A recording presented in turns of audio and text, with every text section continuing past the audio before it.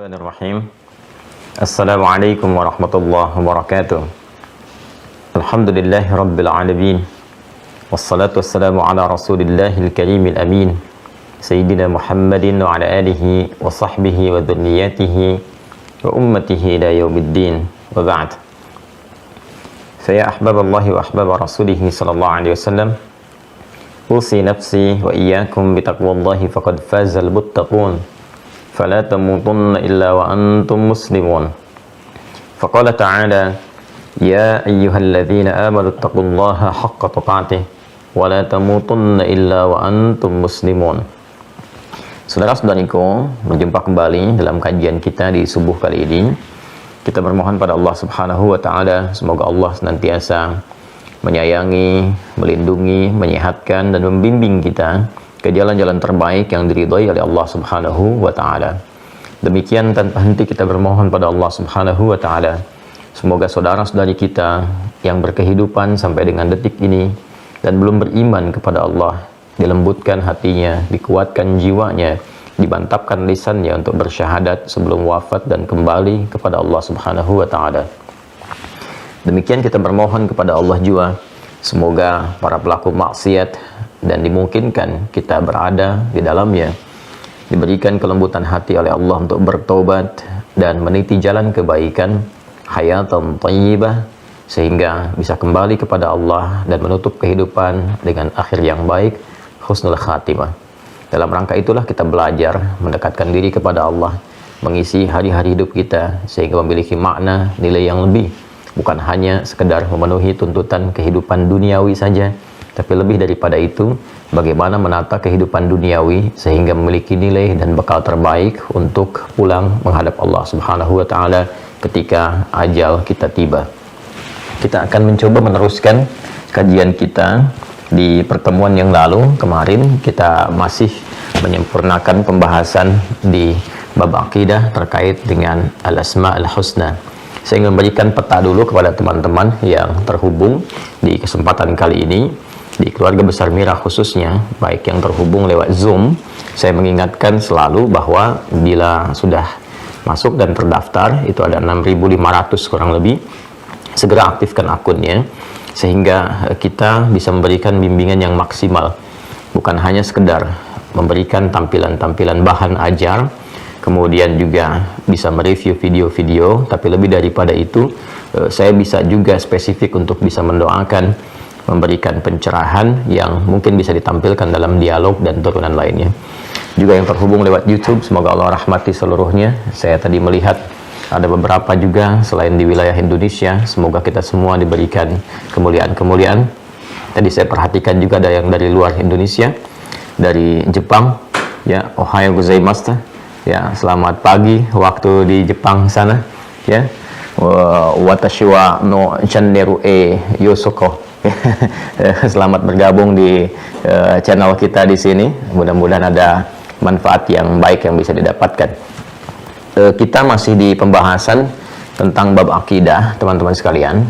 Di sini yang kita uraikan adalah pokok-pokok, pondasi-pondasi yang bisa menguatkan keyakinan kita tanpa ragu, sehingga bisa kita ikat dalam jiwa kita dan tidak terlepas ya sampai kita meninggal, dibawa pulang kepada Allah Subhanahu wa taala. Inilah yang kita sebut keseharian dengan iman kita, akidah kita yang kita pertahankan dalam konsepsi keimanan dan dibuktikan juga dengan amalan serta perilaku kita yang tidak menyimpang dalam ketentuan dan jalan-jalan keislaman. Jalan-jalan keislaman disebut dengan syariat. Dalam pembuktian iman itu disebut dengan amal. Jadi syariat tidak bisa dilepaskan dengan akidah, seperti halnya iman ya melekat juga dengan amal. Iman dengan amal, syariat, akidah, itu dua hal yang saling berkesesuaian. Ini penting sekali saya ingatkan untuk bisa mengecek keadaan iman kita dan pengaruhnya terhadap tatanan perilaku kita. Jadi semua orang beriman itu pasti akan mendorong perbuatan amalnya mengarah kepada kemuliaan-kemuliaan. Saya sering ingatkan dalam setiap pertemuan untuk mengoreksi keadaan diri kita dalam setiap waktu atau pergantian antar waktu dalam sehari, bahkan dalam berkehidupan kita. Tidur orang beriman beda dengan yang belum beriman. Bangun tidur pun beda dengan yang belum beriman. Demikian semua aktivitasnya. Ada getaran-getaran, pancaran-pancaran cahaya, nuruhum yas'a baina aydihim wa bi aymanihim, yang menggerakkan seluruh anggota tubuh kita untuk menunjukkan kepada khalayak dan membuktikan bahkan kepada Allah Subhanahu wa taala bahwa kita adalah insan beriman, insan yang patuh dan meyakini akan seluruh ketentuan yang Allah tetapkan kepada kita semua, bukan hanya terkait dengan aspek ibadah, tapi ada kaitan juga dengan aspek muamalah, berkehidupan sosial, dan turunan-turunan yang lainnya. Ini kalau kita selalu menyimak pesan Nabi Shallallahu Alaihi Wasallam, khususnya dalam setiap pekan, dalam kesempatan Jumat, atau bahkan di umumnya ta'lim-ta'lim beliau, pengingat ini senantiasa dikaitkan dengan Quran surah ketiga Ali Imran di ayat 102. Ya ayyuhalladzina amanu, hai semua orang telah menyatakan beriman, berakidah, memeluk Islam dalam dirinya, meyakinkan pada jiwanya, ittaqullah, ya tingkatkan takwamu kepada Allah. Saya terangkan di pertemuan lalu, akumulasi dari amal soleh itu sebagai implementasi dari syariat itu akumulasinya disebut dengan takwa, untuk memenuhi cahaya takwa kita. Jadi kan kalau teman-teman masih ingat di awal jumpa kita, saya pernah menerangkan tentang anatomi manusia, masih ingat ya, yang dibagi kepada 3 bagian, dan kita telah melakukan pengayaan di situ. Ya, ada fisik, jism, terkait dengan fisik jasmani, ada kemudian roh, ya penggerak, ini generator kehidupan kita yang membuat kita bisa bernafas dengan izin Allah, berkehidupan, roh, segala yang terkait dengan roh itu disebut dengan rohani, gitu kan? Kemudian pengikat keduanya disebut dengan akal, yang meneruskan perintah kemudian dari roh sepersekian detik untuk dieksekusi oleh tubuh kita, oleh fisik kita. Roh ini membawa 2 potensi besar, ya, yang disupportkan kepada seluruh anggota tubuh kita untuk dieksekusi berupa tindakan, berupa perilaku. Ini yang disebutkan di Quran surah ke-91 Asy-Syams di ayat 7 sampai 10. Wa nafsi wa ma sawwaha, dan demi nafas yang telah sempurna penciptaannya. Kapan dia sempurna? Ketika roh masuk ke dalam fisik, maka roh itu menjadi nafas, ya, generator yang menggerakkan kita berkehidupan sehingga bisa bernafas dalam bahasa Indonesia. Nanti prosesnya ada di Quran surah ke-15. Saya ingatkan kembali Al-Hijr ayat 28 sampai 30 itu.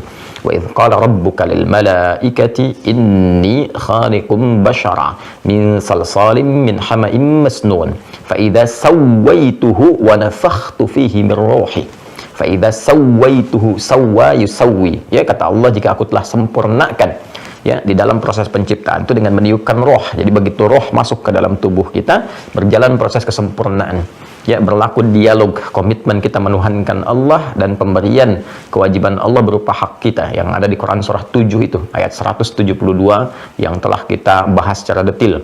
Wa idz akhadha rabbuka min bani adama min zuhurihim dzurriyyatahum wa ashhadahum ala anfusihim alastu bi rabbikum qalu bala syahidna an taqulu yaumal qiyamati inna kunna an hadza ghafilin. Ketika kemudian ditiupkan sempurna, maka Allah sampaikan dia menjadi nafas, manusia bisa bernafas, mulai berkehidupan. Wa nafsi wa ma sawwaha fa alhamaha fujuraha wa taqwaha. Maka di dalam nafas itu ada 2 potensi yang menggerakkan kita berperilaku. Ini tidak jemu, ya, saya sampaikan, tidak bosan saya uraikan, karena ini inti kehidupan kita.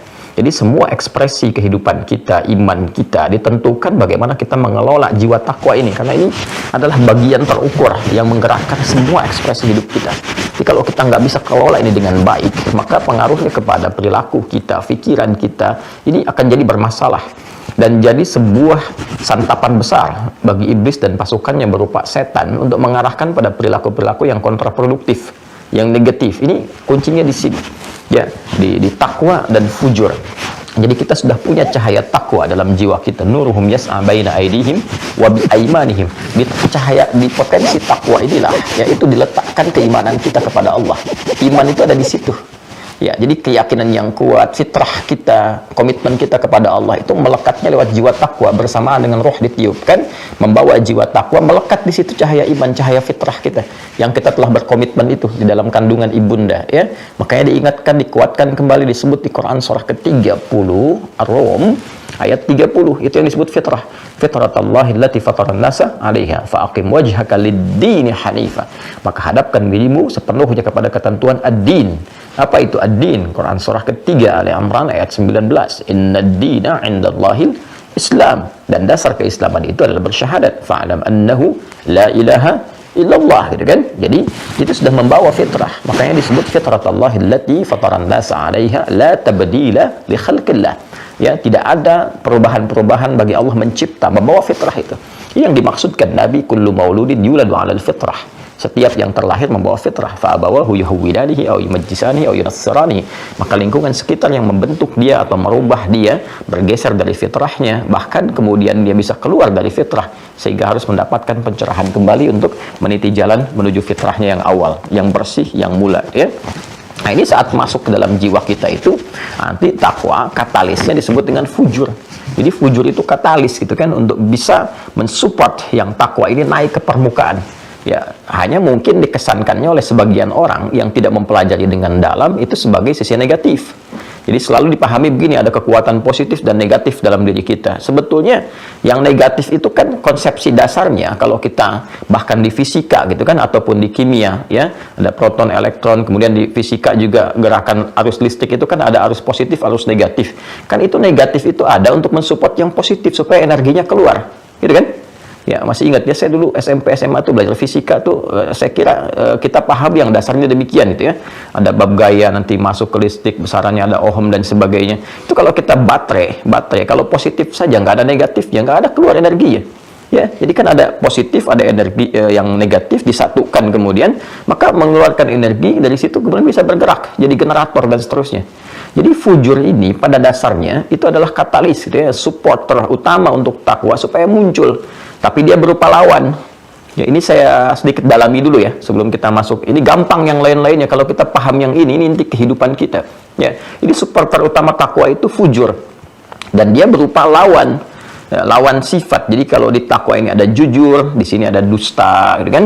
Kemudian bila di sini ada sabar, di sini ada amarah, gitu. Dan bila di sini ada tawadhu, rendah hati, di sini ada sombong, gitu kan?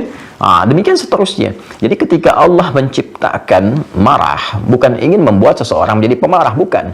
Tapi ingin mensupport supaya sabarnya ini muncul. Belajar dari marah ini supaya sabar ini keluar. Makanya nanti ada pengendalian amarah, gitu kan? Nah, kemudian penguatan kesabaran. Sebab kalau nggak ada marah, sabar ini nggak diketahui. Kalau nggak ada dusta, ya, ini jujur ini nggak diketahui. Jadi Allah menciptakan sifat dusta, bukan ingin menjadikan manusia menjadi pendusta, bukan. Tapi supaya jujurnya ini muncul ke permukaan, belajar gitu dari situ ya. Kemudian sabar juga diciptakan ya, supaya bisa terus naik, memberikan kualitas dalam kehidupan. Cuma dia butuh penguat, butuh katalis. Apa itu? Ya marah. Ya kan nggak mungkin ibu di rumah tiba-tiba mengatakan pada suami, sabar ya Pak, sabar. Nggak ada angin, nggak ada hujan, nggak ada petir gitu kan. Nggak ada masalah apa-apa. Suami pulang dari kantor, datang ke rumah, baru buka pintu Anda katakan, Waalaikumsalam, sabar ya Pak, sabar gitu. Ya kan juga suami kaget gitu, Mama sehat nggak pagi ini gitu. Ini harus ada satu katalis yang menjadikan sifat-sifat itu muncul dalam berkehidupan. Kita bisa lihat ya. Nah, maka takwa ini itu harus disupport. Ya, bagaimana mensupport takwa itu lewat amalan. Karena itu semakin banyak amal itu akan menggerakkan nilai takwa muncul ke permukaan, dan dia disupport oleh cahaya iman, itu yang menggerakkan semua perilaku kita. Karena itu di Al-Qur'an seringkali kata iman itu bersanding dengan takwa dan dihiasi serta diisi dengan amalan. Kalau Anda perhatikan konsepnya selalu begitu. Mau takwanya duluan, iman di tengah, kemudian amal. Mau iman dulu, kemudian amal, ujungnya takwa. Selalu tiga ini bersanding bersamaan. Ya, seakan tidak terpisahkan. Dan kalau sudah diketahui nanti salah satunya hilang, sudah dipahami, ini pasti mengandung ketiganya gitu, nggak dilepaskan dari situ. Ya, misal kita lihat derivasi takwa, iman dan amal turunan atau dalam bentuk detilnya. Di Al-Baqarah ayat 2 sampai 5 itu kan jelas. Dzalikal kitabul la raiba fi hudal lil muttaqin. Muttaqin itu kan orang takwa. Siapa orang takwa ini? Ayat 3-nya. Alladzina yu'minuna bil ghaib. Iman kan? Wa yuqimunas shalah. Amal. Ini kan, wa mimma razaqnahum yunfiqun. Jadi salat, ya kan, infak, interaksi dengan Al-Qur'an bagian dari takwa untuk menguatkan iman. Karena itu kalau kita dengar kalimat ya ayyuhalladzina amanu, panggilan bagi orang yang telah punya iman. Imannya itu mesti dikuatkan cahayanya. Bagaimana cara menguatkan cahaya iman itu? Dengan beramal. Makanya kan di awal kita belajar al-islamu imanun wa amalun. Islam itu iman dan amal. Menguatkan iman itu lewat amal, menunjukkan iman lewat amal. Parameter iman itu ya amal. Amal itu menunjukkan keimanan kita. Kalau nggak beramal menunjukkan iman bermasalah. Jelas ya, sholat menunjukkan parameter iman. Nggak sholat, imannya bermasalah. Orang beriman pasti sholat, kan? Demikian seterusnya. Makanya setelah ya ayyuhalladzina amanu itu seringkali akan diiringi dengan amal.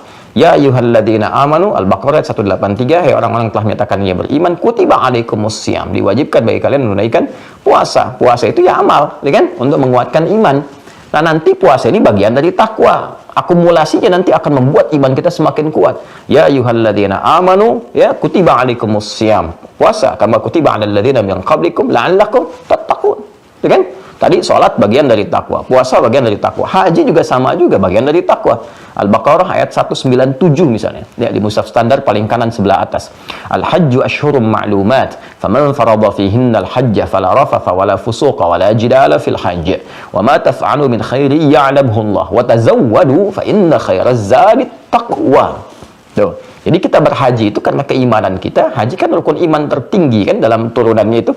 Ya, kok akumulasi dari syariat itu kan ada pada haji. Rukun Islam yang kelima, ya. Saya sebut akumulasi kumpulan itu pada amalan, ada pada haji karena gini.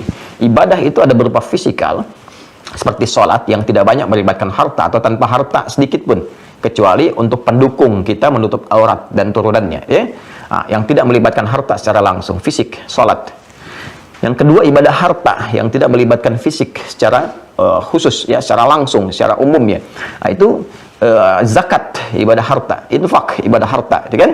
Baik, kita bisa titipkan bahkan kepada amil zakat atau kepada misalnya badan-badan tertentu yang terpercaya untuk menyalurkan infak, ya, dan turunan-turunan lain. Jadi tidak menuntut keterlibatan fisik secara langsung. Jadi ada ibadah harta, ada ibadah fisik. Nah, haji itu menyatukan harta dan fisik sekaligus. Kita mau berangkat haji nggak ada hartanya sulit, ya, harus ada dikumpulkan dulu. Kemudian juga fisiknya jelas dituntut punya fisik yang prima, dari mulai wukuf, ya, kemudian setelah itu dari mulai ke Muzdalifah, kemudian ke Jamarat sampai dengan tawaf, kemudian dengan mabit di Muna, itu kan butuh kekuatan fisik yang dahsyat.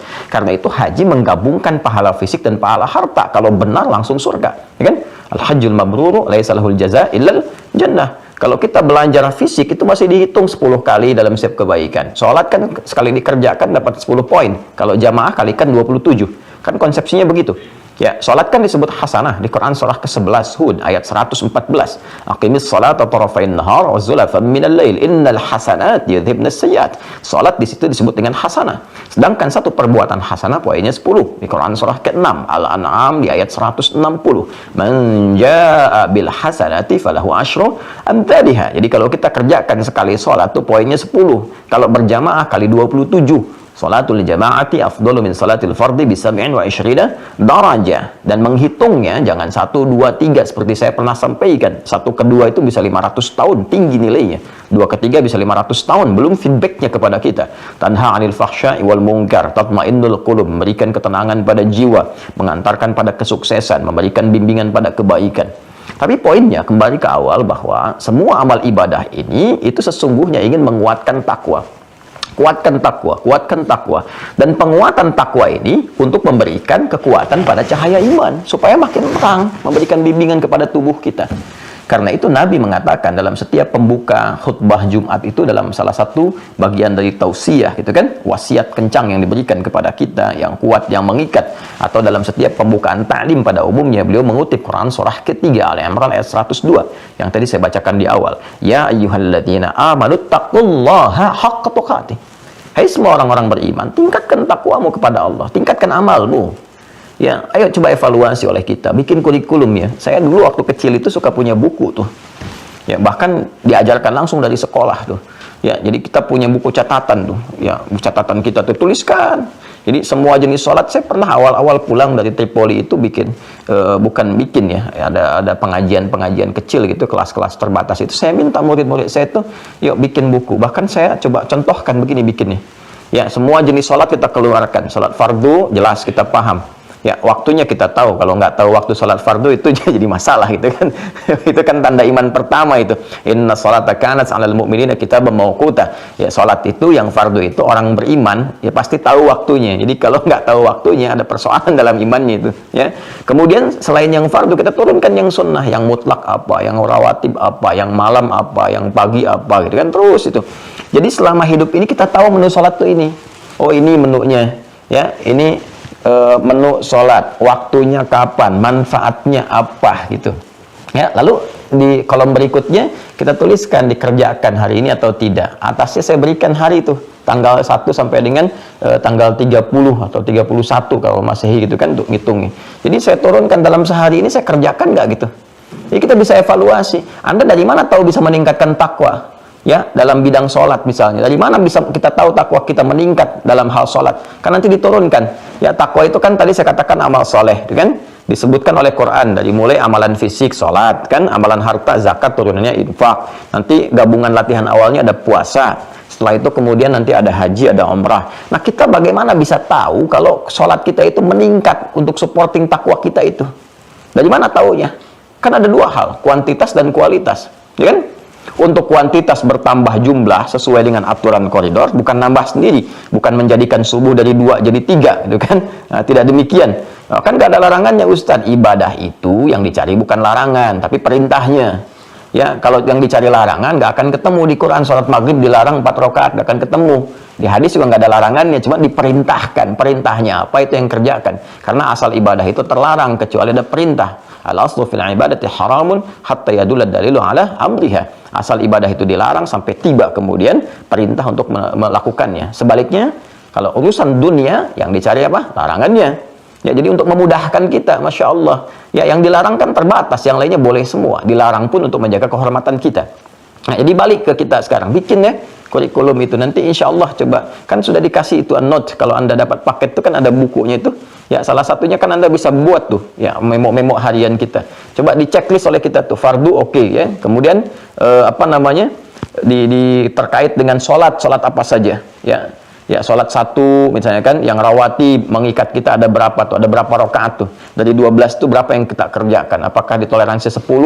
Hari ini turun atau tidak? Ya, kalau kita lihat sekarang misalnya, oh hari ini saya bisa 12, alhamdulillah, berarti besok jaga. Kan tingkatkan takwa. Kalau besok jadi 10 berarti turun kan? Ya kan? Tahajud bagaimana? Kemudian juga sholat duha bagaimana? Jadi kita bisa evaluasi tiap hari, punya kalender pribadi. Ntar tinggal cocokin aja sama catatan malaikat. Begitu mereka bawa catatan, kita juga ada, gitu kan? Nah, dan itu menarik sekali, gitu kan, berkehidupan demikian. Kalau sudah semua tercatat, jadi kebiasaan. Kalau udah kebiasaan, nggak usah dicatat lagi. Ya, karena nanti rekamannya ada dalam jiwa kita, terekam otomatis. Kan kalau sudah berkebiasaan itu terekam otomatis di memori kita. Jadi nanti tertanam, disupport oleh iman. Kalau nggak kekerjakan, gelisah. Nanti jadi alarm sendiri. Itu saya di pesantren tuh, ya dulu saya waktu pesantren, saya pengen bangun tahajud. Saat kawan-kawan saya sudah punya jam waker itu ya untuk alarm tuh, pengingatkan. Dulu masih pakai waker gitu ya belum ada yang seperti sekarang pakai handphone dan sebagainya. Itu saya nggak punya, karena memang punya keterbatasan, saya nggak punya. Saya tanya guru saya pengen tahajud, saya nggak punya jam waker tuh seperti kawan saya. Gimana caranya saya bisa bangun? Ya, beliau katakan minta sama Allah, itu Allah bangunkan. Dan Masya Allah itu wakernya yang Allah kasih itu lebih dahsyat dari teman-teman tuh. Ya, kalau teman-teman dipasang jam 3, alarmnya baru bangun jam 3. Ya, pengingat dari Allah itu kita minta jam 3, dibangunin jam 2, teman-teman. Dibangunin jam 2. Ya, karena Allah Maha tahu tuh, minta jam 3, bangun jam 2 kan juga kadang-kadang kan duduk seperti ini, begini kan awal-awal bisa jam 3:4 kita baru sadar. Gitu kan. Ada yang baru awal begini, ya bangun jam 2, begini udah jam 4:30 kan. Ternyata udah mau komat gitu. Nah, itu hal-hal demikian tuh menarik gitu. Nah, kembali, ini mohon izin ya, saya lakukan pendalaman dulu supaya kita mengerti gitu. Nah, ini kan nyambung semua. Hai orang-orang beriman, tingkatkan takwamu kepada Allah dengan serius, haqqa tuqati, dengan sungguh-sungguh. Ya, jadi jangan kita sekarang semangat, besok tidak. Mau ujian semangat, setelah kelulusan selesai. Ya kan? Mau uji jabatan semangat, uji kelayakan, fit and proper test, setelah itu kosong lagi gitu. Ya, itu motivasi sementara namanya. Teruskan sampai kita wafat, kan wala tamutunna illa wa antum muslimun. Kebiasaan itu dibawa sampai wafat. Sabarlah. Ya, tolong ingatkan diri kita, saya pribadi dan teman-teman. Kita sabar aja sampai tiba ajal. Setelah itu kan meninggal enak. Kan nggak capek lagi setelah meninggal itu. Ya, kan saya belum pernah dengar ada orang setelah meninggal ada curhat, saya capek nih. Amal itu sekarang aja, tobakan antobak itu sekarang saat hidup. Ada saatnya kita beristirahat untuk sepenuhnya. Jadi berjuang dulu yang sabar sampai tiba masa itu kita untuk kembali dan tenang, wafat dalam keadaan tenang. Ya Tuhan, nafsul mutmainnah, tenang, wafatnya selesai. Nah, hidup itu kan sederhana, itu jalani seperti ini, pelajari, ini masalah, ini tantangan, ini menyelesaikan, selesai. Nah, nanti apa feedbacknya kalau kita bisa jaga itu sampai kita meninggal? Nanti takwa itu selain memberikan kekuatan pada sinyal dan cahaya iman supaya terang membimbing tubuh kita beraktivitas, nanti feedbacknya adalah pemberian dari Allah untuk kemudahan hidup. Makanya banyak ayat di Quran mengaitkan kesuksesan dan kebahagiaan itu dengan takwa. Ya, misalnya Anda ingin bahagia, ternyata solusinya takwa. Di akhir ayat 189 di surah kedua Al-Baqarah, surah kedua ayat 189, lihat ujungnya. Wattaqullaha la'allakum tuflihun. Bertakwalah kalian kepada Allah agar kalian cenderung bahagia. Ya, adik-adik saya lihat nih, adik-adik yang masih belajar nih, kelihatan kan? Apakah di misalnya di level SMP kah, SMA kah, di kampus kah? Ternyata penguatan ilmu itu dengan takwa. Dan saya membiasakan untuk melihat itu, belajar dari ulama-ulama dulu, saya coba ikuti, ternyata dahsyat dampaknya, betul itu, betul. Karena Allah kalau sudah mengatakan pasti hak yang kita pelajari kemarin. Ya, itu ada di Quran surah kedua Al-Baqarah, di akhir ayat 282. Ayat terpanjang dalam Al-Quran, ya. Quran surah kedua Al-Baqarah, ayat 282. Ya, paling kiri itu, ya itu dari atas ke bawah itu satu ayat tuh. Lihat paling ujungnya, paling bawahnya itu. Akhir ayatnya, wattaqullah wa yu'allimukumullah. Tingkatkan takwamu kepada Allah, maka kami akan tambahkan pengetahuan. Ya, tambahkan pengetahuan. Jadi saran saya kalau masih punya baby ya, yang anak-anak tuh balita, bayi usia menjelang 5 tahun, usia emas itu yang disupport Bu, Pak, saya sarankan ya, karena saya coba praktekkan juga pada anak-anak kami itu. Coba jiwa takwa tanamkan dulu, itu dahsyat pengaruhnya kepada kecerdasan, cepat menangkap sesuatu. Saya praktekkan satu-satu itu pada anak-anak, itu luar biasa gitu. Ya, ada pengaruh. Dan bukan hanya anak-anak kami, di sekolah juga demikian. Ya, di sekolah-sekolah yang kita bina itu anak-anak coba dekati ini, itu ada percepatan gitu. Dan risetnya sudah banyak. Ya, makanya ulama dulu itu memulainya dengan takwa. Dengan takwa dulu. Nanti disupport oleh ilmu ketika mereka mulai menjelang balik. Asalnya kan menghafal Quran, sholat, setelah itu jelaskan lewat ilmu supaya kuat. Itu datang cepat itu. Silahkan cek biografi para ulama kita yang cendekiawan keilmuan umum saja. Itu rata-rata mulainya dari Quran dengan sholat. Dua itu aja, sholat yang benar, kemudian Quran. Itu luar biasa. Ya, Al-Farabi, Al-Kindi, Al-Ghazali, Al-Khawarizmi, Al-Battani, gitu kan, dan seterusnya yang lainnya juga itu sangat luar biasa. Nah, nanti kalau kita pun ingin mendapatkan kemudahan dalam kehidupan, itu akan dibimbing lewat cahaya takwa itu. Cahaya iman yang menguat dibimbingnya, ada masalah ini begini, masalah ini begini. Itu yang dimaksudkan di Quran surah ke-65, ya kan? 65 At-Talaq, di akhir ayat kedua, di awal ayat ketiga. Ya, wa may yattaqillaha yaj'al lahu makhraja wa yarzuqhu min haitsu la yahtasib. Siapa yang mampu meningkatkan takwanya kepada Allah, ya, maka kami akan berikan jalan kemudahan, solusi dari setiap problematika hidup yang dialami. Kemudian bahkan rezeki pun kami kirimkan dari sisi yang tidak terduga. Ya, bahkan selanjutnya, wa may yattaqillaha yaj'al lahu min amri yusra. Kami mudahkan urusan hidupnya.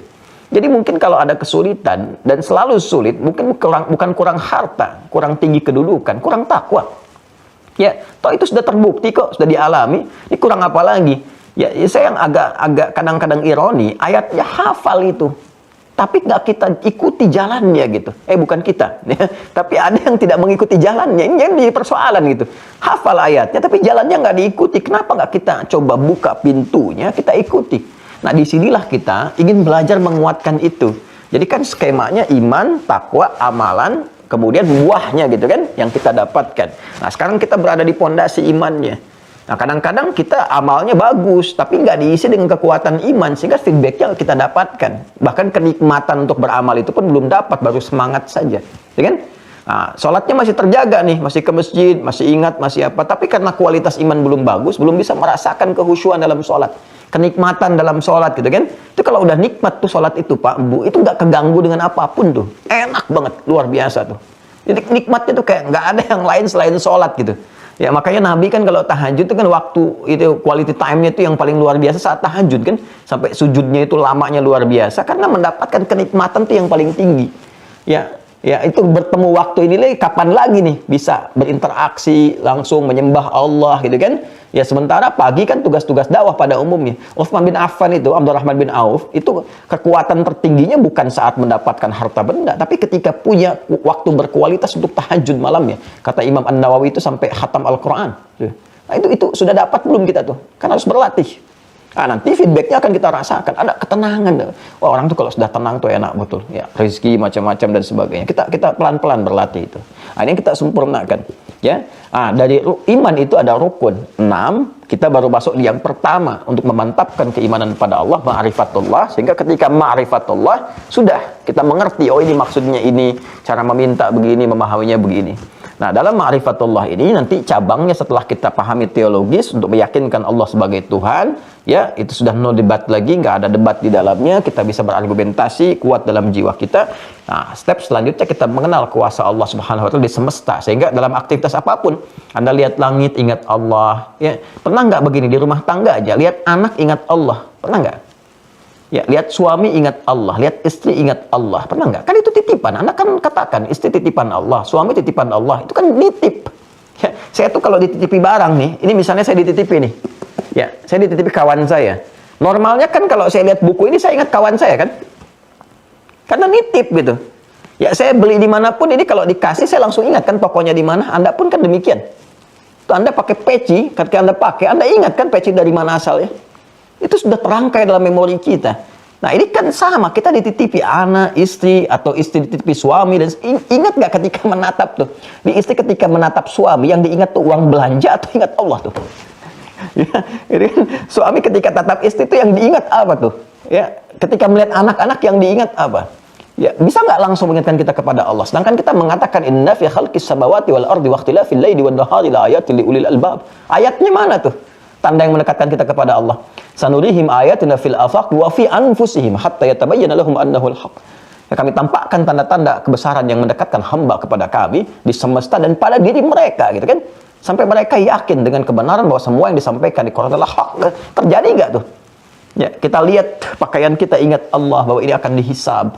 Malu kalau kita sadar tuh dengan begitu, nggak akan maksiat. Karena takut nih, ini pakaian jadi saksi pernah bermaksiat. Ya, kemudian pena jadi saksi pernah berbuat curang gitu kan dan sebagainya, itu malu tuh. Ya, jadi surah Az-Zalzalah itu berbekas di benak kita. Idza zulzilatil ardu zilzalaha wa akhrajatil ardu athqalaha wa qala al-insanu ma laha yauma idzin tuhadditsu akhbaraha. Dikabarkan kan, semua bicara dengan Allah Subhanahu wa taala. Jadi, itu yang disebut dengan zikir.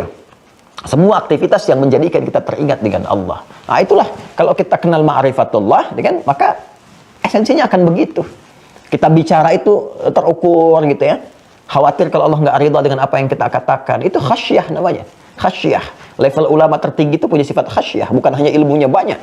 Ya, orientalis itu juga ilmunya banyak tuh dulu tuh, walaupun ada racunnya gitu. Ya, orientalis dulu ada yang ngarang kitab indeks hadis. Wensing itu kan ngarang indeks hadis tuh dan turunan lainnya. Ya, ada yang masuk ke dalam bab ulumul Quran, ada yang masuk ke sejarah gitu, dan sebagainya. Ya, tapi karena nggak ada iman bermasalah. Nah, jadi khasyah itu hal yang menjadikan kita takut ya kepada Allah, takut ya bila apa yang kita kerjakan tidak mendapat rahmat. Itu kunci dari akidah terdalam.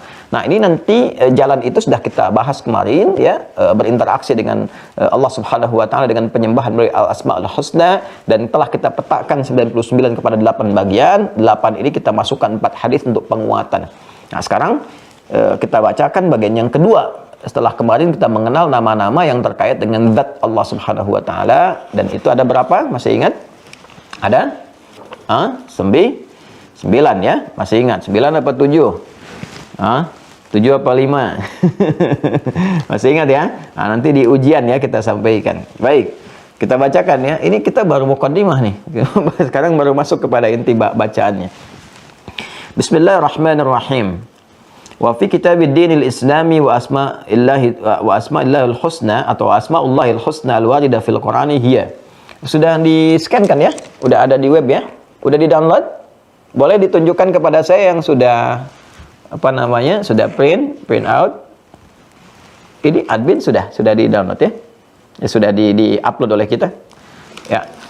Kalau sudah ada, nanti sudah di-scan di webnya ada. Ya, teman-teman tolong di-download itu atau di-print. Nanti begitu saya baca, Anda pegang itu juga. Jadi berkesesuaian belajar baca juga ya.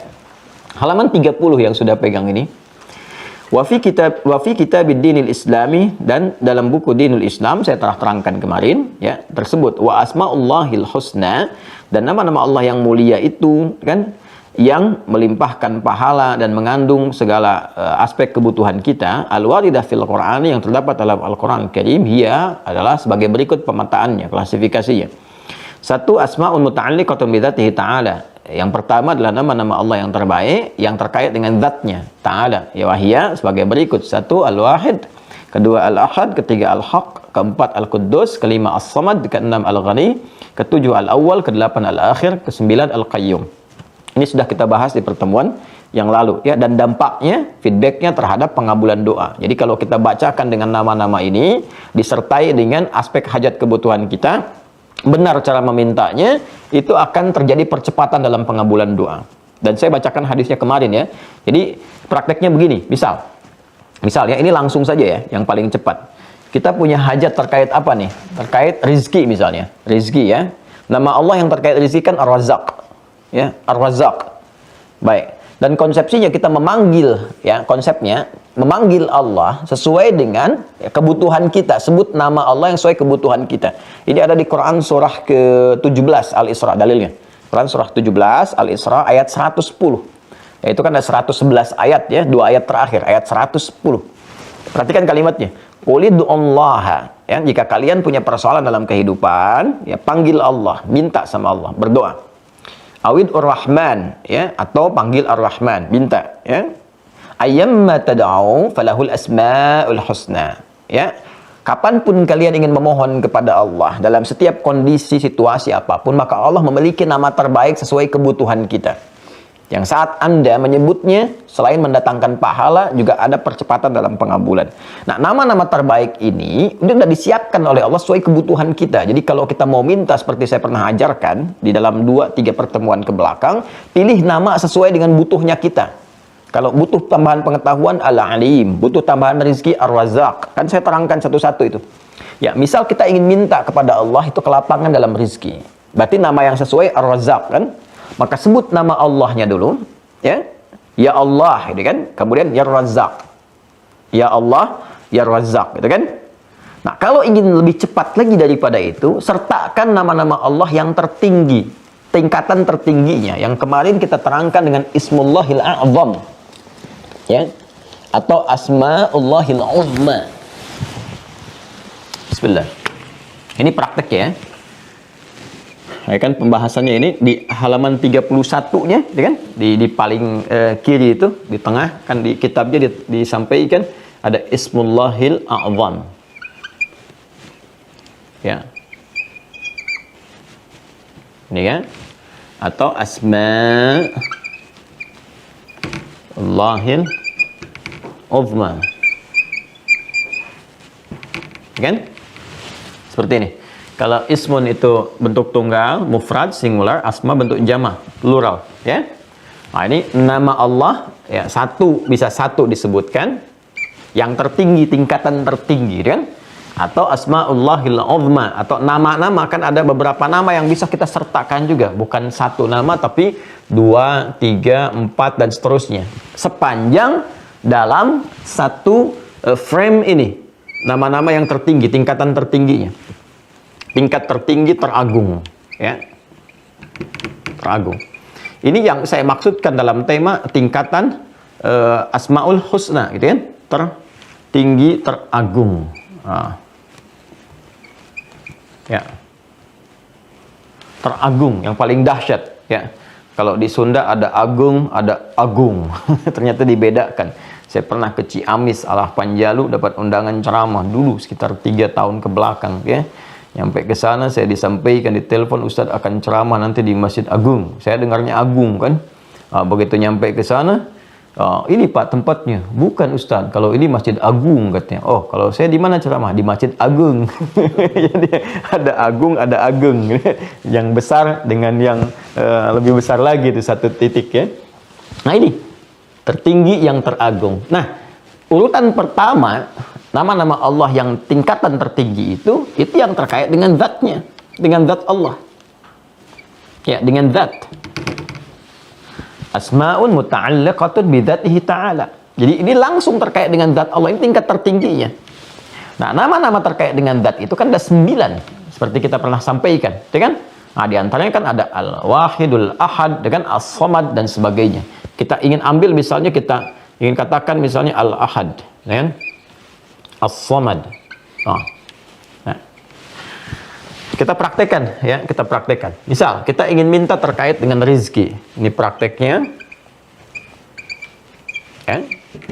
Permohonan kita adalah kelapangan dalam hal rizki. Nama Allah yang melimpahkan rizki kepada kita ditetapkan dalam Al-Asmaul Husna adalah Ar-Razzaq. Jelas ya?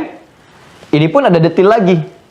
Kalau kita ingin meminta rizki itu dalam bentuk yang tiada batas.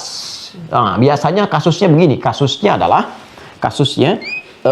ada yang secara hukum keduniaan atau hukum universal, sunatullahi fil kaun gitu kan, itu ditetapkan nggak bisa nih, nggak mungkin ya, status akal manusia mengatakan terbatas.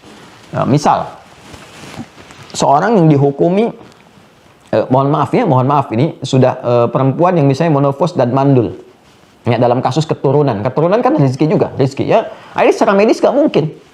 Seperti kasusnya Nabi Zakaria gitu kan, dengan istrinya itu kan, itu divonis secara medis nggak mungkin punya keturunan, secara klinis nggak mungkin. Nah, tapi apa yang terjadi? Beliau tetap tanpa putus asa. Walam akum bidu'aika rabbi syaqiyya, gitu kan, di Quran surah 19 Maryam itu ayat yang keempat. Aku nggak putus asa memohon ya. Rabbi inni wahanal azmu minni washtana ra'su syaibah. Kan, walaupun rambut sudah memutih, fisik sudah letih, walam akum bidu'aika rabbi syaqiyya, tapi aku nggak putus asa dalam memohon. Ya. Nah, apa yang dimohonkan kepada Allah untuk dapat rizki berupa keturunan? Ya, keturunan kan sekali lagi itu bagian dari rizki. Apa yang disebutkan oleh beliau? Nah, menyebut nama Allah yang pemberi tanpa batas. Ketika dihukumi ada batasan oleh manusia, maka disebutkan nama Allah pemberi sesuatu tanpa batas. Itu Wahhab namanya, Al-Wahhab. Ya kan? Nah, jadi kita bisa sebutkan pertama kalau kita meruntut kepada Quran surah ke-17 Al-Isra ayat 110. Ya, ini prakteknya kan begini. Kata Allah, "Qulid Allah." Ya, sebut dulu nama Allah yang pertama. Maka kita katakan Allahumma, ya kan? Atau ya Allah. Nah, ini praktek ya. Kita katakan ya Allah, ya kan? Nah, ya Allah. Nah, kalimat ya Allah ini, kalau kita satukan, ini sudah kalimat fitrah sebetulnya. Kalau kita butuh sesuatu yang unsurnya memohon, meminta, butuh pertolongan, itu keluar di lisan kita tuh, refleks itu. Ya, bahkan kepeleset aja kita bilang, ya Allah, gitu kan. Nah, ini ada fitrah untuk minta tolong. Ya, gelap sekali di luar itu, mendungnya gelap. Itu kan kita, ya Allah, mendung. Sebetulnya ada fitrah kita untuk minta tolong. Memohon kepada Allah. Nah, kalau spesifik kita ingin mohonkan, minta dengan mengadu kan, dan sebagainya, kita bisa gabungkan kalimat ini menjadi Allahumma untuk memberikan kesan yang spesifik, doa yang memang dipanjatkan untuk niat berdoa dengan ketulusan, bukan sekedar kalimat fitrah untuk membedakan dengan yang umum-umum. Ya, refleks kita katakan ya Allah, ya, ini spesifik untuk minta. Kita katakan Allahumma, digabungkan jadi Allahumma. Kalau sudah Allahumma, ini kalimat ini mengandung kerendahan hati, kan? Ya, kepasrahan, ya, keyakinan untuk dikabulkan jika memang dibutuhkan, kan? Ini gabungan dari ini semua. Ini yang dimaksud di Quran surah ke-7 Al-A'raf di ayat 205. Wadhkur rabbaka fi nafsika tadarruan wa khifatan wa dunal jahri minal qaul. Kan minta, berdoa, mohon kepada Allah dengan segenap kekhusyuan hatimu, kan? Dengan penuh kepasrahan, kerendahan hati, bahasa yang lembut yang kiranya bisa menyentuh, karena Allah itu maha lembut, kan, maha perasa, kan, dan maha mengabulkan dengan cepat yang keluar dari getaran jiwa yang paling dalam sehingga mampu menggetarkan arsy. Ya, nah, ini kurang lebih. Nah, jadi ini kita satukan Allahumma, ya, atau kita minta ya Allah, kan, kulit Allah, sebut nama Allah, awid ar-Rahman. Nanti masalah ar-Rahman saya akan masuk kepada yang kedua terkait dengan kasih sayang Allah Subhanahu wa taala. Ya, bagian ketiganya. Nah, sebut ya Allah atau Allahumma, kan? Allahumma kita praktekkan di sini. Ya Razzaq misalnya. Ya Razzaq. Nah. Allahumma ya Razzaq. Duhai Allah, aku mohon kepadamu dengan kepasrahan yang paling dalam. Ya. Dengan kelembutan yang mampu aku persembahkan. Engkau yang maha lembut, yang maha merasakan, maha mengetahui keadaan diriku. Ya Razzaq, Engkau yang maha pemberi rizki, berlimpah. Semua rizki Engkau yang kuasai, Engkau yang mengatur, Engkau yang memiliki segalanya. Ya kan? Nah, kalau Anda ingin katakan lagi, misalnya ada batasan kata manusia, Anda sebutkan Allahumma ya Razzaq, Allahumma ya Wahhab. Ya Wahhab, ya Allah, Maha Pemberi tanpa batas, yang tidak punya batasan dalam pemberian. Mereka mengatakan kepada aku, ya Allah, makhluk pun mengatakan aku punya keterbatasan. Sedangkan kau Maha mengetahui tentang keadaan diriku. Duhai yang Maha Pemberi tanpa batas. Ya kan? Nah, jadi Anda katakan Allahumma ya Razzaq atau Allahumma ya Wahhab, ya. Nah, sebelum Anda lakukan permintaan di dalamnya, Anda sertakan dulu ini yang tertingginya nih. Ismullahil A'zam, sebut satu. Allahumma ya Razzaq atau Allahumma ya Wahhabul Ahad. Ya. Kalau Anda ingin tambahkan dengan lebih daripada satu, yang zat tadi yang ada 9, Allahumma ya Wahhabul Ahadus Samad. Misalnya kan? Terus Anda teruskan, alladzi lam yalid wa lam yulad wa lam yakul lahu kufuwan ahad. Setelah itu minta. Ya, habli minas salihin. Ini kan kalimat yang menunjuk katanya langsung kepada nama Allah yang terbaik dengan sifat pemberian yang tanpa batas. Permohonannya kita bentuk dengan fi'il amr lit talab minal adna ilal a'la. Ya, permohonan dalam bentuk pengajuan yang tulus dari kita hamba yang rendah kepada Allah yang maha segalanya. Maka kita gunakan ini bentuknya seperti hab begini, hab. Ya. Jelas ya, hab di sini fi'il amr bukan diartikan perintah, tapi thalabud doa. Ya, kalau kita ngaji balaghah, ini bentuk fi'il amr tuh banyak nanti. Dan kita harus paham, ini arahnya kemana. Bukan perintah, nggak boleh perintah kepada Allah. Gitu kan? Allah perintahkan kepada kita. Perintah itu dari yang tinggi kepada yang rendah. Jadi kalau ada yang rendah kepada yang atas menggunakan fi'il amr, dipahaminya thalabun lid doa. Ya, meminta sesuatu pada satu permohonan. Hab. Jadi kalau ada hab, Anda temukan dalam Al-Quran, itu meminta, membawa nama Allah ini dengan sifat pemberi tanpa batas. Ya. Kalau untuk pribadi habli, ya. So, kalau banyakkan lana. Ya. Misal kita ingin katakan misalnya Allahumma ya Wahhab, ya Ahadus Samad, alladzi lam yalid wa lam yulad. Allahumma habli minas salihin. Ya? Ya Allah, yang Maha Pemberi tanpa batas, yang punya sifat tunggal, keesaan pada zatnya, yang menjadi pusat dalam setiap permohonan. Gak ada satupun yang lain yang diminta selain Engkau, ya Allah, yang tidak beranak, yang tidak diperanakan, yang tidak punya sekutu, yang maha kuat dengan segalanya. Memohon kepadamu hamba, ya Allah, dengan keagungan zatmu, yang pemberi tanpa batas. Anugerahkan kepadaku, ya Allah, keturunan dari sisimu saja. Saat semua mengatakan aku gak mungkin punya keturunan. Apa yang terjadi? Ini yang terjadi pada Nabi Zakaria alaihissalam ketika Allah langsung merespon di Quran surah ketiga Ali Imran ayat 38 sampai 39 itu. Ya, habnya disebutkan di 38, 39 jawaban. Fanadatul malaikatu wa huwa qa'imu yusalli fil mihrab annallaha yubashshiruka Yahya. Ya kan? Nah, jadi ini gambaran yang kita bisa berikan. Nabi Ibrahim juga pernah menggunakan kalimat ini di surah As-Saffat itu kan. Ayat yang ke-100, Rabbi habli minas salihin. Ya Allah, anugerahkan kepada aku generasi yang saleh. Maka Allah berikan, kabulkan. Ya, diberikan Ismail alaihissalam, Nabi Ishaq alaihissalam, dan turunan-turunannya. Saleh-saleh, baik-baik, gitu kan? Ya, dengan izin Allah, ya. Nah, ini teman-teman sekalian, ini gambaran, ya. Jadi prakteknya begitu. Prakteknya. Jadi kita hadirkan dulu nama zat yang tertinggi ini. Nah, dan dalam hadis riwayat Buraidah kemarin, radhiyallahu ta'ala anhu, gitu kan? Disampaikan ketika Nabi SAW dan mendengar ada seorang sahabat berkata, berdoa, dalam doanya dia menyebutkan, ya, Allahumma ushidu bi annaka antallah la ilaha illa anta al-ahad as-samad alladzi lam yalid wa lam yulad wa lam yakul lahu kufuwan ahad. Allahumma inni as'aluka an taghfira li.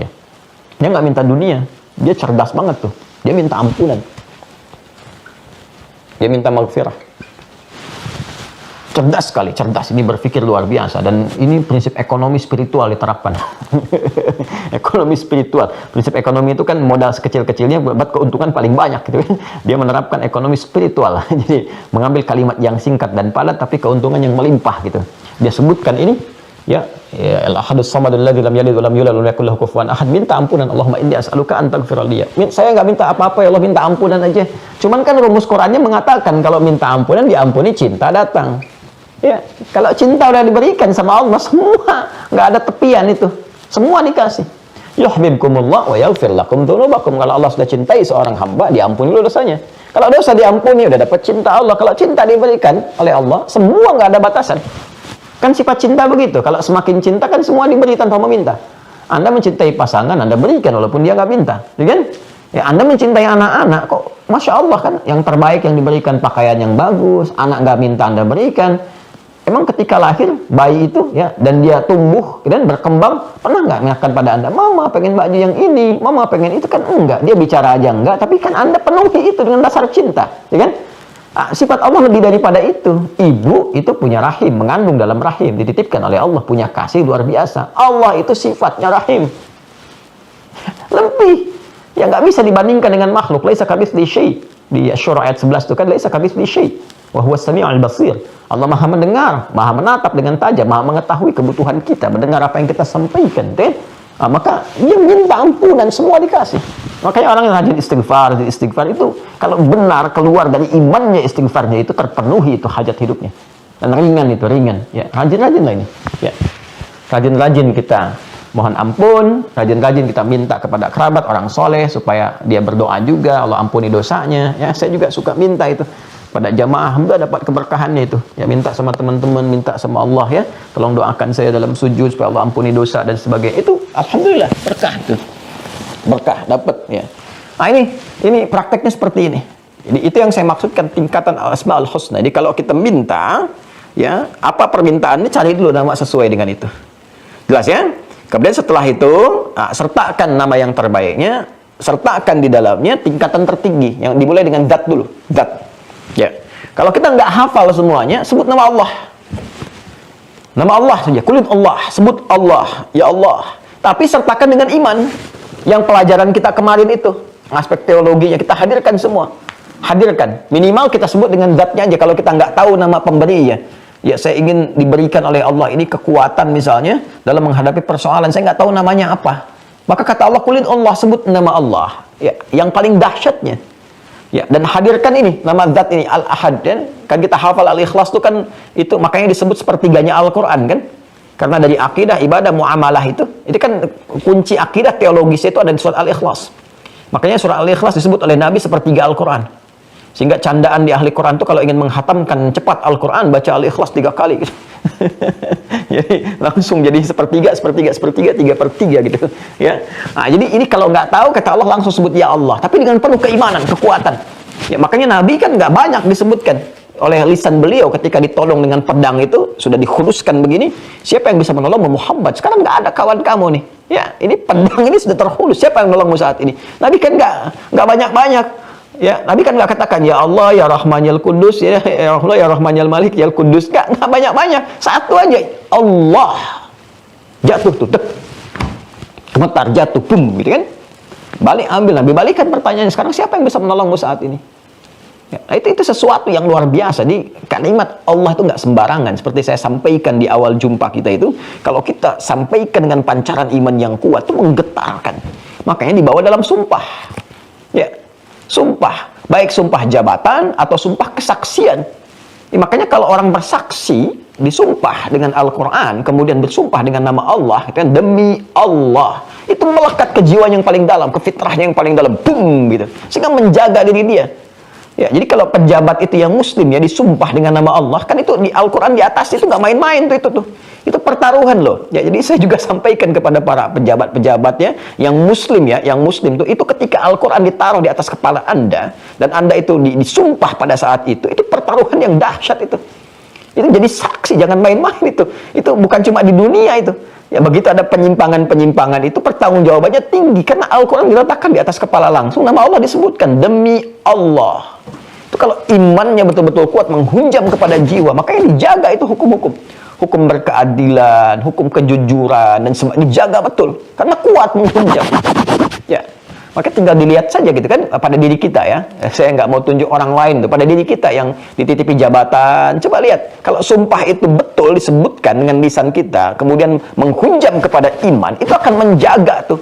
Menjaga kedudukan supaya membuat kebijakan-kebijakan yang baik dan nggak akan bertentangan dengan hukum-hukum yang Allah tetapkan, baik hukum sosial misalnya, nggak akan merugikan masyarakat, menjauh dari hal-hal yang buruk, ataupun hukum individual juga, membangun ketakwaan, dia pejabat tetap sholat, tetap tahajud, dan sebagainya.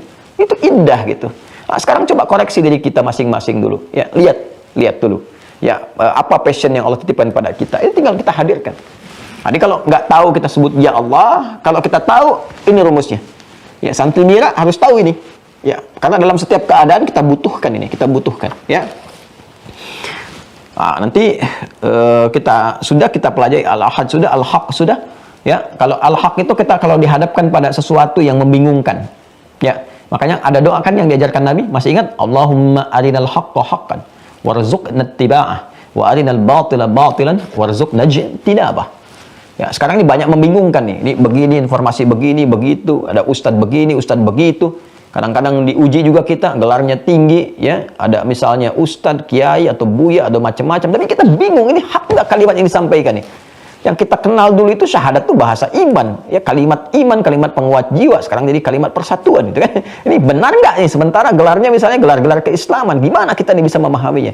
Maka kita katakan Allahumma ya Allah, ya Allah, Allahumma ya Rabbi, ya Al-Haq, Allahumma arinal haqqa haqqan warzuqna ittiba'ah wa arinal batila batilan warzuqna ijtinabah. Ya Allah, Allahumma arinal haqqa haqqan wa innaka antal haqq.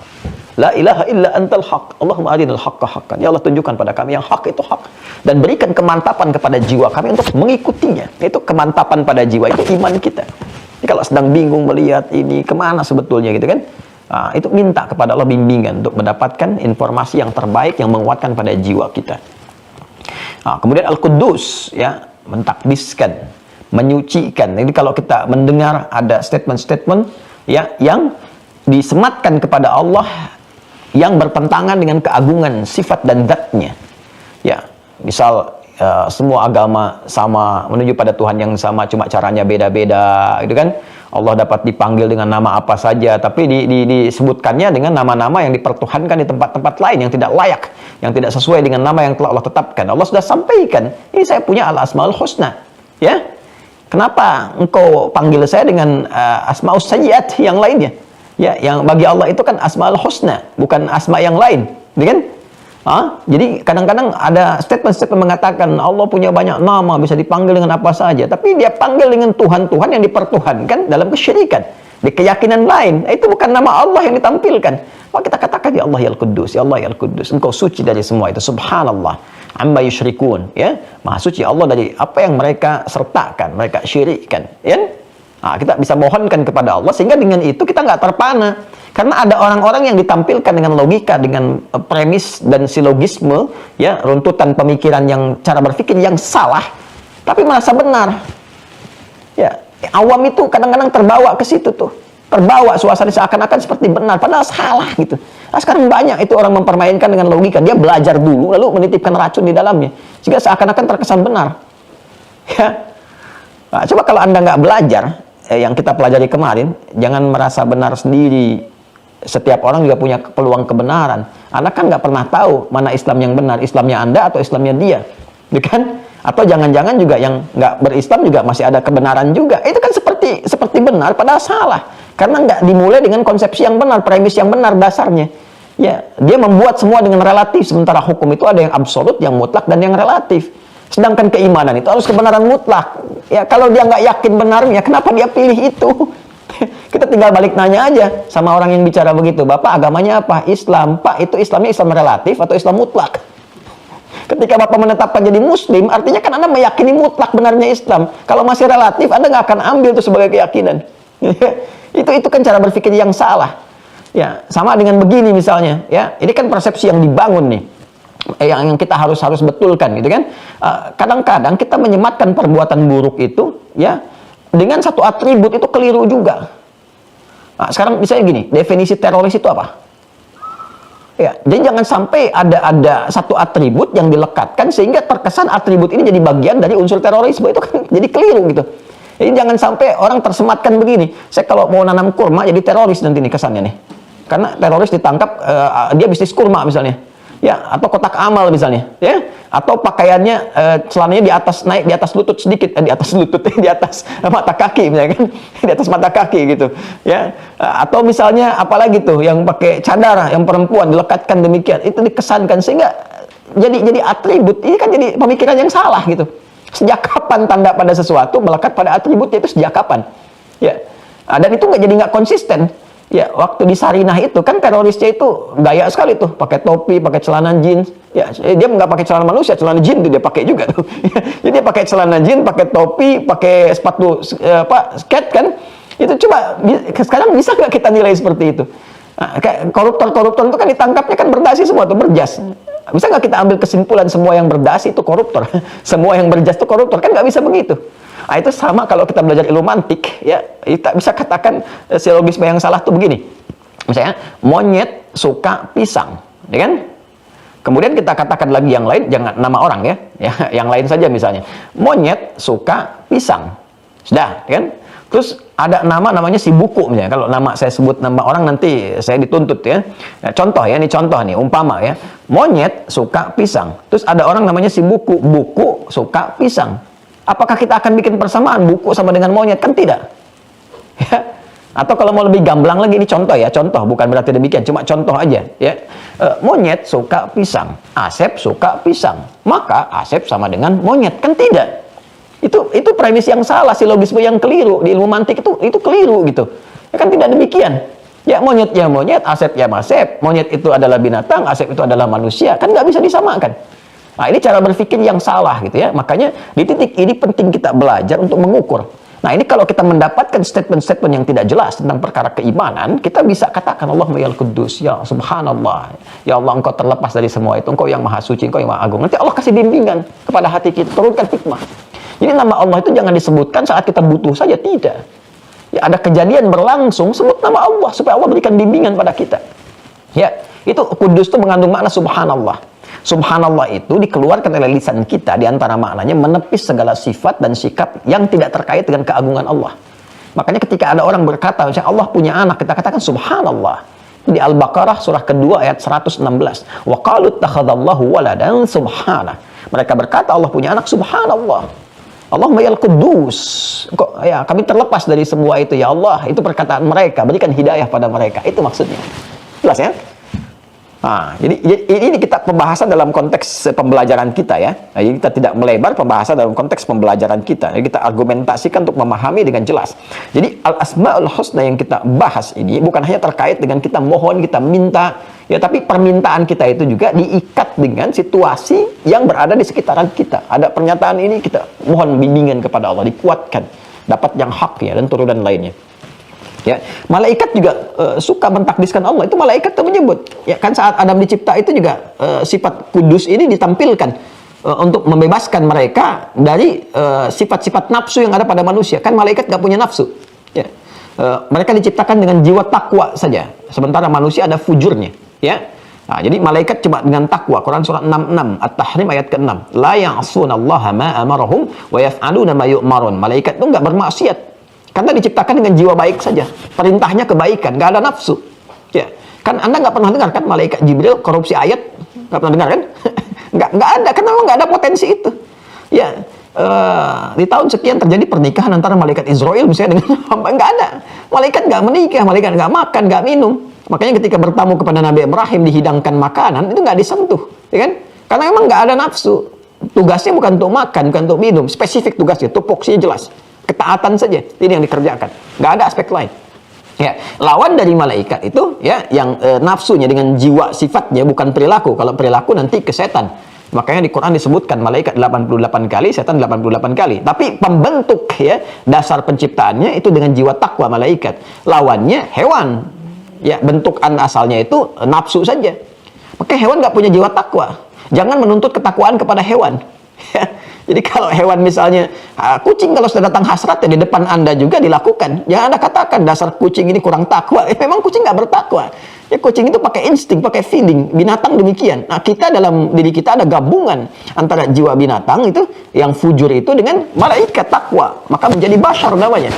Jadi bashar. Nah sifat basyariah ini yang menjadikan kita itu bertarung. Maka ketika kita dapat takwanya tinggi di atas malaikat. Ya. Tapi ketika kita misalnya melakukan perbuatan rendah, bisa di bawah hewan. Karena hewan nggak punya jiwa takwa, wajar melakukan perbuatan yang rendah. Ya, sebetulnya kita nggak bisa marah sama hewan gitu, karena hewan tuh nggak punya jiwa takwa. Pertanggungjawabannya dengan instingnya, melayani kehidupan. Jadi kalau ibu sedang ngepel lantai, ada ayam, buang kotoran, jangan marahi. Dasar ayam ya memang begitu, dia nggak punya kontrol takwa di situ. Ya, tapi kalau manusia berbuat salah di bawah standar kesalahannya, di bawah sifat lupanya, melebihi hewan bahkan. Sapi kan sekarang makannya rumput. Ya, sampai sekarang kan masih rumput, ya kan? Manusia itu ada yang makan aspal.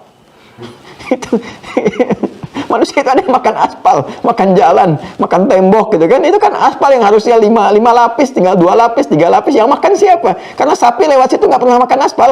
Gitu. Nah, kan itu yang dimaksud apa namanya? Kal an'ami balhum adal. Ya di Quran surah ke-7 itu, ya Al-A'raf itu. Yang di ayat 179, walaqad dzara'na li jahannama katsiran minal jinni wal insi lahum qulubun la yafqahuna biha lahum a'yunun la yubsiruna biha lahum adhanun la yasma'una biha ulaika kal an'ami bal hum adall. Kan? Ada manusia yang di bawah hewan standarnya gitu. Itu yang bermasalah. Kembali malaikat saja itu mentakdiskan Allah. Wa nahnu nusabbihu bihamdika wa nuqaddisu lak. Ya, yang Al-Baqarah ayat 30 itu. Wa idz qala rabbuka lil malaikati ya wa idz qala rabbuka lil malaikati inni ja'ilun fil ardi khalifah. Qalu ataj'alu fiha may yufsidu fiha wa yasfiku dima wa nahnu nusabbihu bihamdika wa nuqaddisu lak. Ditasbih disandingkan dengan takdis. Ya karena perwujudan kalimat takdis itu pada tasbih. Subhanallah, subhanallah, subhanallah. Itu kita sedang mensucikan Allah. Orang yang biasa mengatakan subhanallah, subhanallah, subhanallah, latihan itu 33 kali setelah selesai sholat, dikalikan 5 itu, setiap hari dia begitu, akan nggak mempan kalimat-kalimat di luar yang mendatangkan kalimat-kalimat bertentangan dengan sifat Allah. Jadi orang yang biasa tasbih itu nggak akan mempan tuh kalimat-kalimat semua agama sama, Tuhan bisa dipanggil dengan apa saja, itu nggak akan mempan. Yang ada itu adalah perasaan-perasaan yang ini nggak penting gitu. Ya, tadi fitrahnya langsung menolak. Jadi subhanallahnya itu muncul sinyal takdis dalam dirinya untuk mensucikan Allah itu muncul. Tapi kalau Anda berlatih dengan subhanallah, tapi nggak muncul sikap itu, ada yang salah dengan kalimatnya. Berarti diucapkan tanpa nilai iman, tanpa kekuatan dalam jiwa. Ya, apalagi yang nggak pernah sholat tuh wajar itu. Yang nggak pernah sholat tuh kelihatan, wajar itu. Ya, apa saja bisa dilakukan. Ya, mau mandi di tempat persucian orang, mau pakai pakaian ibadah orang lain, atau menunjukkan kalimat-kalimat misalnya olok-olok dan sebagainya. Tapi kita doakan, sepanjang dia masih punya kesempatan hidup sebelum nyawa sampai di kerongkongan, maka dia masih punya hak untuk mendapatkan doa terbaik kita dengan pengingat. Jadi basyira wa nadhira, basyirnya, kabar gembira kita berikan dengan cara mendoakan kebaikan, nadhira dengan mengingatkan. Ya, setelah itu jadi pilihan bagi dia, kan? Kalau ada fenomena demikian. Tapi kalau Allah isyaratkan terjadi itu, ya. As-Samad sudah saya jelaskan, ya. Kemudian Al-Ghani sudah saya sampaikan juga, ini terkait dengan harta benda. Ya, biasanya disertakan dengan kalimat hamid, ya. Wallahu ghaniyyun hamid, ya kan? Jadi kalau kita memohon kepada Allah urusan rezeki, nanti ada nama zat yang terkait dengan rezeki, harta benda, spesifik materi. Sebut namanya Al-Ghani. Al-Ghani, tapi sertakan dengan sifat hamid juga. Jadi hamid itu nanti pencegah, rem, supaya nggak riak kalau diberikan. Ya, jadi kalau kita minta sama Allah misalnya, kita minta, ya Allah anugerahkan pada saya motor kendaraan supaya saya bisa cepat menunaikan ibadah di masjid, kan, mencari rezeki dengan lapang. Kita minta kendaraan, misalnya motor. Kita bisa katakan, Allahumma ya Allah ya Razzaqul Ghaniyyul Hamid. Ya, biasanya kalimat hamid disandingkan oleh Allah dalam Al-Quran dengan kata Ghani. Untuk apa? Untuk memberikan kesan bahwa ini ya, kalau sudah dapat rezekinya, ya dapat itu, jangan ingin terkesan ingin dipuji, karena semua pujian kembali kepada Allah. Jangan ria, karena yang layak untuk diberikan pujian, penghormatan itu semua kembali kepada Allah. Toh kita cuma titipan saja sifatnya, gitu ya. Maka ketika dapat hartanya itu, Allah menjaga attitude kita juga, menjaga sikap kita supaya tidak tampil berlebihan. Ya, jadi kalau Anda minta hartanya saja, tidak dengan penjagaan sikapnya, dikhawatirkan ketika nanti motornya dapat, biasanya tinggal jarak rumah itu ke masjid dia cuma misalnya 500 meter, coba, tapi kita minta motor itu supaya penguatan cepat ini. Anda bisa belok dulu tuh jarak 2 kilo supaya ke masjid. Ya, tin ke tetangga, mari Pak ke masjid, cuma ngasih tahu sekarang Anda punya motor, kan ini masalah. Ya, atau terjaga dari sifat-sifat yang kontraproduktif gitu. Al-awwal, al-akhir, al-qayyum, ya. Jadi al-awwal, al-akhir kita sudah paham. Ya, jadi kalau sudah ada statement-statement bertentangan dan sebagainya yang terkait dengan sifat Allah Subhanahu wa taala, kita bisa mohon kepada Allah dengan membawa nilai-nilai kemuliaan termasuk zat-Nya yang menguasai segala hal sampai yaumul akhir. Ya, jadi kita bisa katakan begini kalau kita sangat terdesak dan luar biasa, kita katakan, ya Allah, gitu kan, Engkau pemilik segalanya. Jangankan yang sekarang, yang dulu pun Engkau miliki karena Engkau al-awwal, kan? Baik. Ya Allah, jangankan yang sekarang, di puncak kehidupan bagi makhluk pun Engkau pemiliknya karena Engkau tidak punya batas. Allahumma innaka antal awwal, innaka antal akhir. Gitu kan? Ya Allah, sebagaimana masalah ini berawal, tolong akhiri dengan sifat-Mu yang maha mengetahui awal dan akhir segala sesuatu. Ya, indah kalau kita tahu itu, ya kan? Kita minta kepada Allah, ya Allah, Engkau yang maha mengetahui sejak bahkan sebelum tiba asalnya, karena Engkau al-awwal. Engkau yang maha tahu ujungnya, karena Engkau tahu segala hal, karena Engkau al-akhir, batas yang tidak punya ujung. Ya Allah, persoalan ini menyelimuti hamba sampai saat ini. Hamba tidak tahu kapan berakhir. Ya Allah, dalam rumah tangga ini Engkau titipkan ujian, hamba yakin untuk meningkatkan kualitas hamba. Namun sampai saat ini hamba belum menemukan solusi, ya Allah.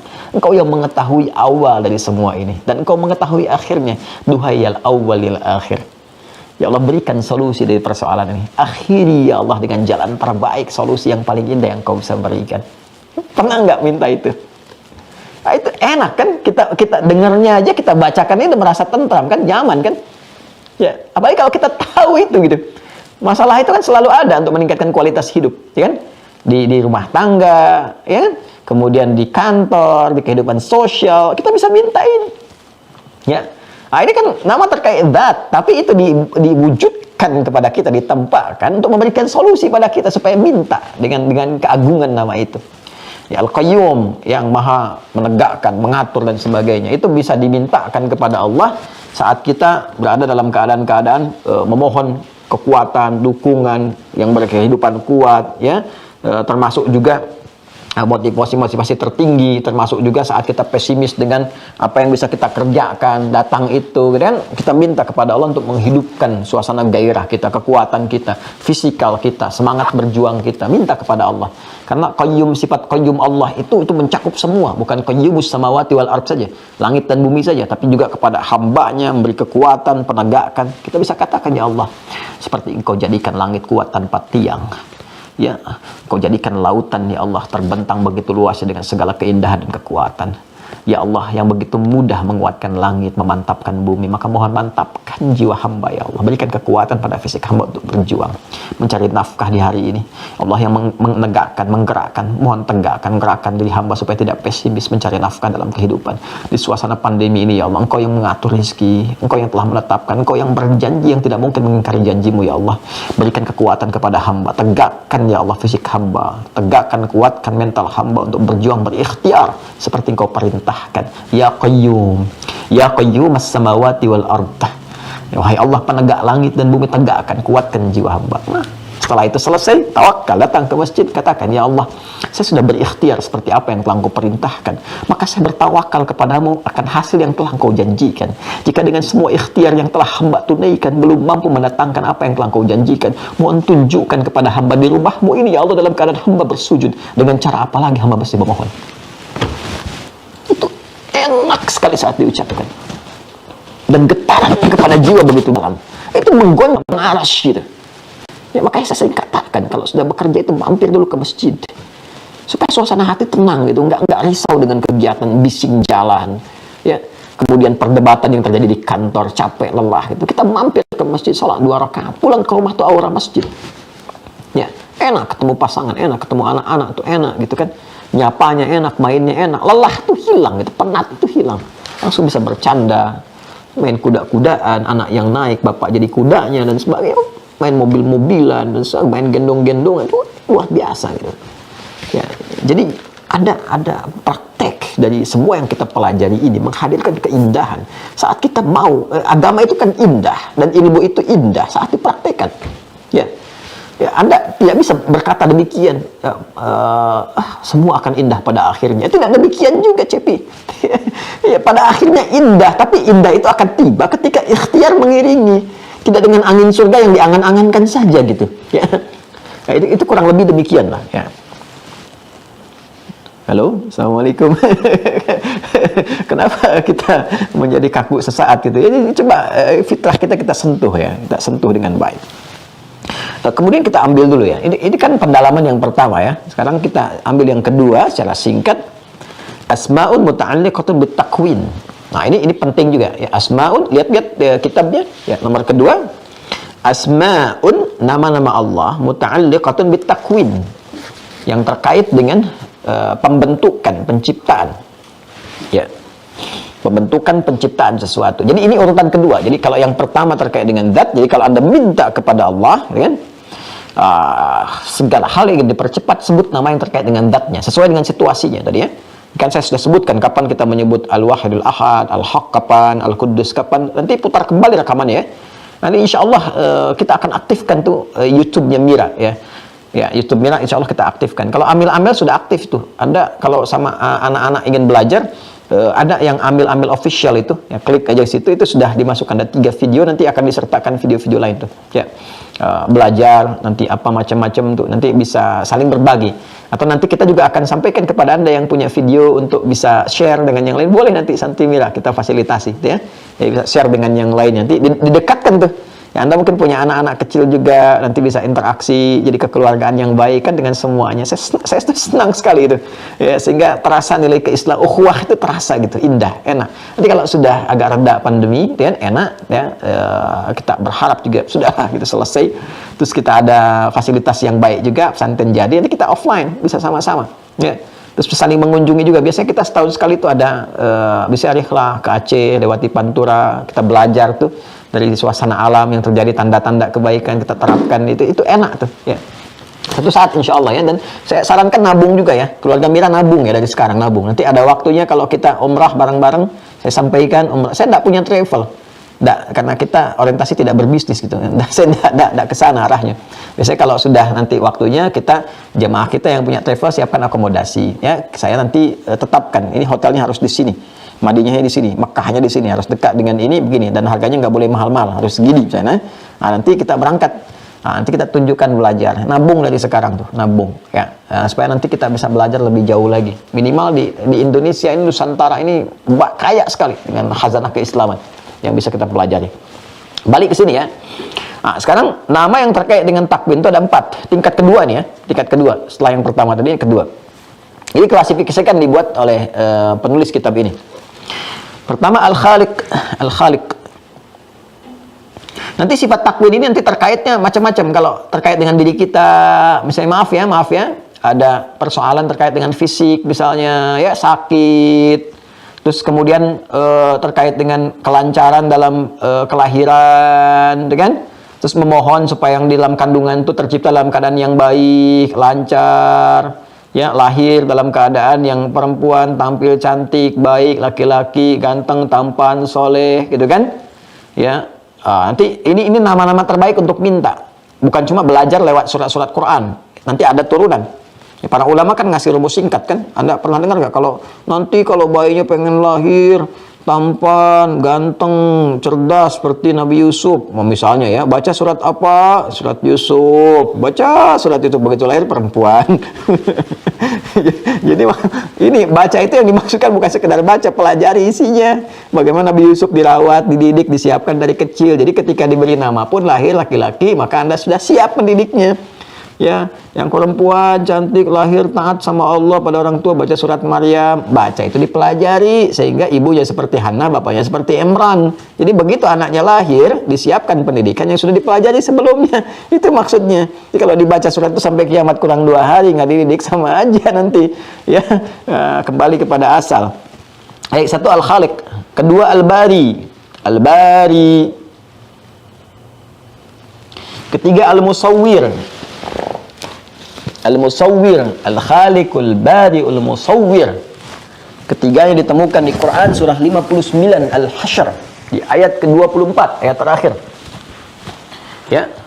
Wallahul Khaliqul Bari'ul Musawwiru lahul asmaul husna. Quran surah ke-59 surah Al-Hasyr ayat 24, ayat terakhir. Hafalin ya, mesti hafal ya, mesti hafal. Nanti kalau minta sama Allah terkait dengan takwin, bacain satu ayat ini. Langsung. Al-Khaliqul, ya kan? Bari'ul Musawwir. Nah. Ada tambahan satu lagi. Nah, ada 4 ya semuanya ya. Ini kan 1, 2, 3. Yang keempat itu namanya Al-Badi'. Badi'. Sudah? Ini kita temukan pertama kali kalimat Badi' di Quran surah kedua Al-Baqarah ayat 117. Tolong dicek ya. Badi'us samawati wal ard, ya. Wa idza qada amran fa innama yaqulu lahu kun fayakun. Ayat 117. Coba dicek nanti ya, di paling kiri agak sedikit ke bawah. Ya. Sudah? Ada 4 ya. 1 Al-Khaliq, yang kedua Al-Bari, yang ketiga Al-Musawwir, yang keempat apa? Al-Badi'. Nah, ini terkait dengan takwin. Takwin itu nanti proses pembentukan istilahnya. Pembentukan kesempurnaan ciptaan. Nanti ada yang terkait dengan makhluk-makhluk sekitaran kita, ya. Sekitaran kita, baik itu yang bernyawa misalnya kan, ya seperti binatang kah kan?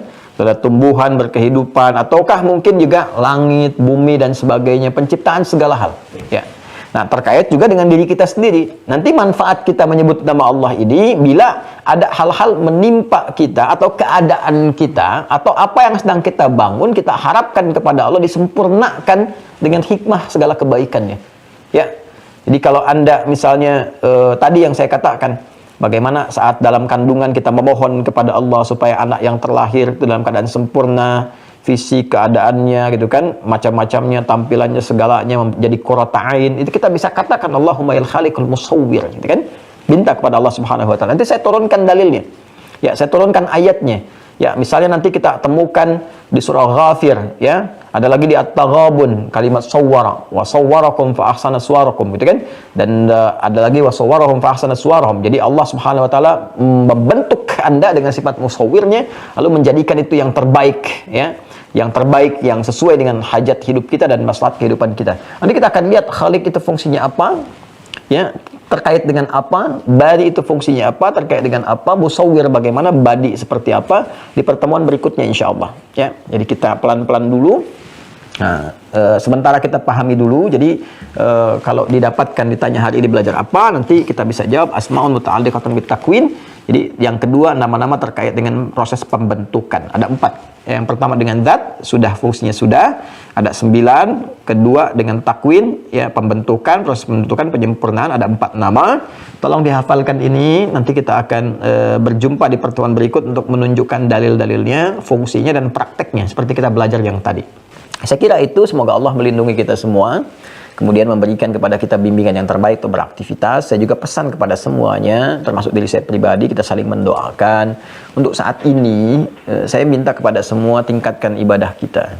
Jaga sholat, sholat dulu, sholat yang paling dasar tuh. Terus ibadah harta ya, yang pokok zakat apa. Tapi saya minta sholat jaga. Kalau sholatnya diperbaiki dengan kuat, dengan baik, nanti cahaya iman itu akan muncul pelan-pelan. Kuncinya di situ. Ya. Terima kasih atas perhatian hari ini. Maafkan saya kalau ada hal yang kurang tepat disampaikan. Kalau kurang berkenan mohon dimaafkan. Tidak ada maksud sedikit pun untuk menghadirkan kalimat-kalimat yang memiliki kesan-kesan yang tidak baik. Sungguh tidak ada. Semua diharapkan pada nilai yang baik. Kalaupun ada hal yang dikoreksi silahkan disampaikan. Mudah-mudahan Allah membimbing saya untuk bijak mengoreksi diri, memperbaiki lebih baik lagi untuk ke depan. Silahkan ambil pendapat dari juga guru-guru yang baik, yang mengajarkan kita kemuliaan-kemuliaan dalam berkehidupan, dan jaga diri baik-baik, saling mendoakan. Semoga Allah merahmati kita semua. Allahumma taqabbal minna innaka antas sami'ul alim wa tub 'alaina innaka antat tawwabur rahim. Allahumma rabbana atina fid dunya hasanah wa fil akhirati hasanah wa qina adzabannar. Allahumma 'allimna ma yanfa'una wa fahimna bima ta'allamna wa wafiqna lin'amala ma fahimna bih. Allahumma ya Allah ij'alna min ahli al-Qur'an waj'al al-Qur'ana sahiban lana fid dunya wa syafi'an lana fil akhirati ya arhamar rahimin. Allahumma ij'al baqiyata hayatina hayatan thayyibah wa akhir wafatina ya Allah husnal khatimah bi kalimatit tauhid la ilaha illallah Muhammadur Rasulullah. Fa'ajib kalimatana bi qaulika ya ayyatuhan nafsul mutmainnah irji'i ila rabbika radiyatan maradiyah fadkhuli fi ibadi wadkhuli jannati. Wa sallallahu ala sayyidina Muhammad wa ala alihi wa sahbihi ajma'in. Wa akhiru da'wana subhanakallahumma wa bihamdika asyhadu an la ilaha illa anta nastaghfiruka wa natubu ilaik. Walhamdulillahi rabbil alamin. Assalamualaikum warahmatullahi wabarakatuh.